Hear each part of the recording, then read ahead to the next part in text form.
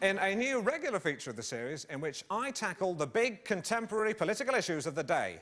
In Partridge over Britain.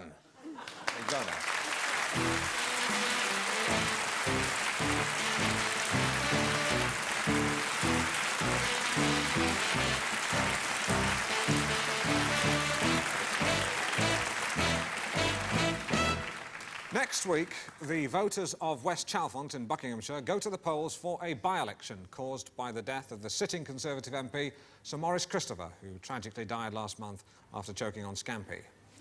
So, let's meet the candidates. Firstly, knowing me, Alan Partridge, knowing you sitting on my left, and I imagine to the left of the majority of the people in West Chalfont, the Labour Party candidate. She's a teacher, she's divorced, she is Charlotte Fraser. Knowing me, Alan Partridge, knowing you, the Liberal Democrat candidate. He's a practising lawyer, he sits on Chalfont Council's Education Committee, and he's black. Ronald Biggs.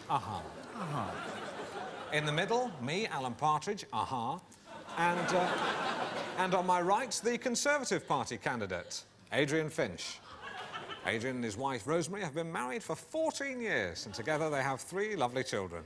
Adrian, I believe you're also a big fan of steam engines. Yes, that's right, Alan. It's a full steam ahead for the by-election. Lovely, lovely sense of humour.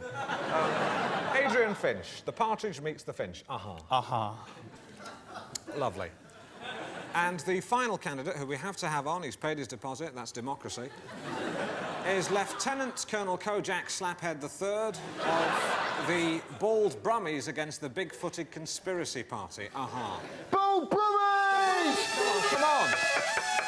Please, there's a time and a place for fun and enjoyment, and it's not on this show.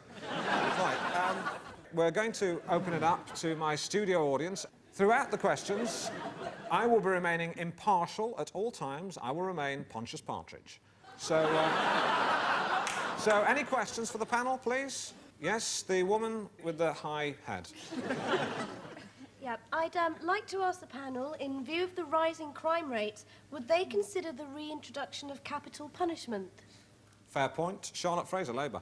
We see these pictures of old women's faces in the paper. Surely the best way to deal with hooligans is to hang them by the neck until the spinal column is severed, thus starving the body of oxygen. Isn't that the best, most sensible way to deal with them?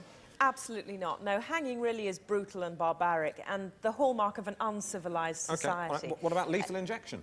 Gas chamber, no, electric chair, you know, with spoil for choice. That's not really the point, Alan. I mean, all the indications... Firing squad? The head slap? The head slap? Sorry, please don't do that, Lieutenant Colonel Kojak Slaphead III. There's no evidence to show that capital punishment would reduce the crime statistics. Well, it'd reduce it by 1, wouldn't it? Adrian Finch, capital punishment. There's a gibbet. Will you pull the lever? Well, whether I pull the lever or not is not the question. Yes, it is.